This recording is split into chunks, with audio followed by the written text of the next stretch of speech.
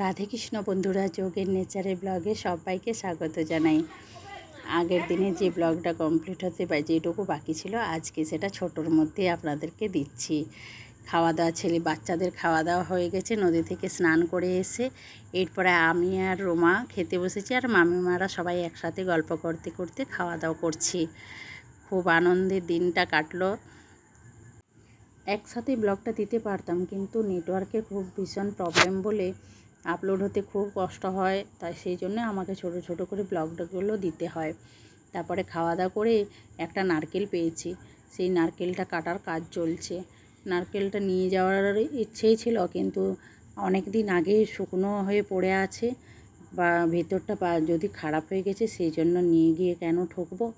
চারিদিকে দেখুন বাটিয়ে করে চা খাচ্ছি, তার জন্য কেটে দেখে নেওয়া হচ্ছে যে নারকেলটা আদৌ ভালো আছে কি না আছে।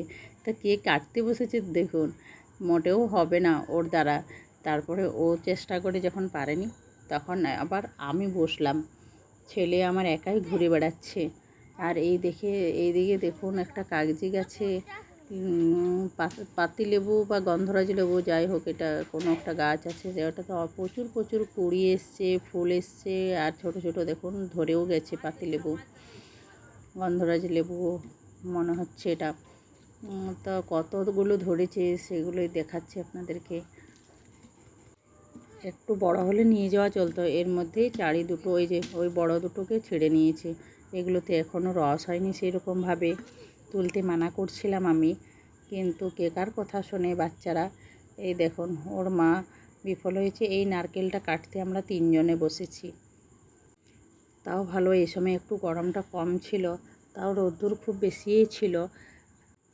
একটু কম গরম হলে এই চারধারে এরকমভাবে ঘোরা যায়, সব জায়গায় যাওয়া যায়, কিন্তু প্রচণ্ড গরমে কোথাও যেতে ইচ্ছে করে না, কিছু না। এরপরে আমি বসেছি, দেখুন আমার দ্বারাও আর সম্ভব হবে না। আমি একটু যদিও জোর লাগাতে পেরেছি, কিন্তু পুরোটা কেটে নারকেলটা ফাটানো আমার পক্ষে সম্ভব হচ্ছে না। এরপরে ওদের একটা পাড়ার ছেলেকে ডেকেছে, সেই শেষ পর্যন্ত উদ্ধার করে দিল। এই দেখুন খুব ভালো আছে নারকেলটাতে, একটুও জল থাকেনি ভেতরে, কিন্তু খারাপ হয়নি মোটেও, খুব ভালো আছে।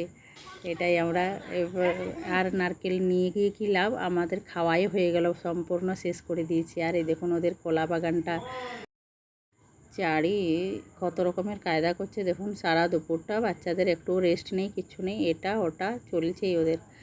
একটা হাঁড়ি নিয়ে এসছে জল ভরবে বলে। আমি মানা করছি যে এইরকম ঝোপে ঝাড়ে একা একা যেও না, অনেক সাপ বেরোতে পারে। আমরা রেডি হয়ে গেছি বা যাওয়ার জন্য। কাকুও চলে এসছেন, ওই যে দেখুন দাদাকে নিয়ে এসছে।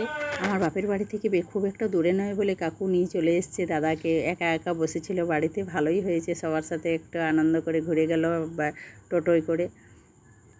এই যে টোটো আমাদের চলতে শুরু করে দিয়েছে। সবাই এই একটুকুর দেখা, ওনাদেরও খুব একা একাই থাকেন।